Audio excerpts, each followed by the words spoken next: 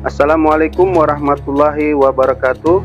Keutamaan umrah dari hadis yang lain, mafhumnya dari Abu Hurairah radhiyallahu berkata, Rasulullah sallallahu alaihi wasallam bersabda, para haji dan orang-orang yang melakukan umrah adalah wakil-wakil Allah. Jika mereka berdoa kepadanya, maka dia menjawab doa mereka, dan jika mereka memohon keampunan kepadanya, maka dia akan mengampuni mereka. Hadis riwayat Ibnu Majah dari kitab Miskan.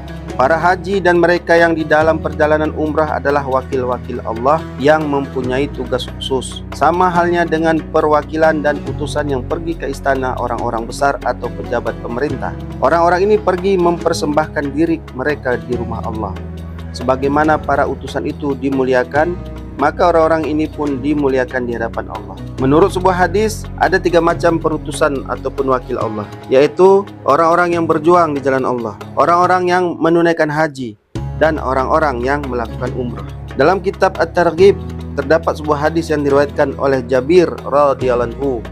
Orang-orang yang menunaikan haji dan umrah adalah wakil-wakil Allah. Apabila mereka berdoa kepadanya, maka dia akan mengabulkan doa mereka. Hadis lain dalam At-Targhib juga berbunyi, orang-orang yang menunaikan haji dan umrah adalah wakil-wakil Allah. Apa saja yang mereka minta, mereka akan diberi. Apa saja doa yang mereka panjatkan akan didengar, dan apa saja perbelanjaan yang mereka habiskan akan diganjar.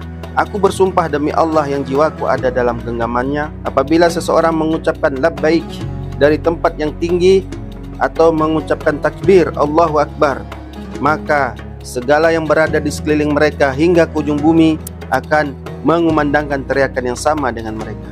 Dalam At-Targhib juga ada sebuah riwayat yang menyebutkan seseorang yang melakukan haji dan umrah adalah wakil Allah. Apa saja yang ia minta akan diberi, apa saja doa yang dipanjatkan akan didengar, dan apa saja yang dibelanjakan akan diganjar. Dalam hadis yang sama di dalam At-Targhib terdapat riwayat tambahan bahwa bagi setiap dirham yang mereka belanjakan akan dikaruniai dengan ganjaran 1.000.000 dirham.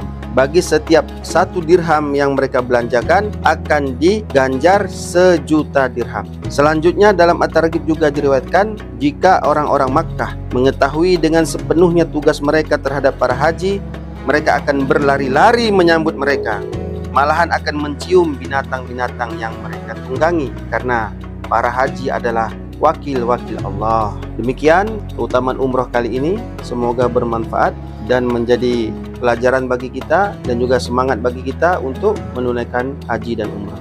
Subhanallah wa bihamdihi, subhanakallahumma wa bihamdika, asyhadu an la ilaha illa anta, astaghfiruka wa atubu ilaik. Assalamualaikum warahmatullahi wabarakatuh.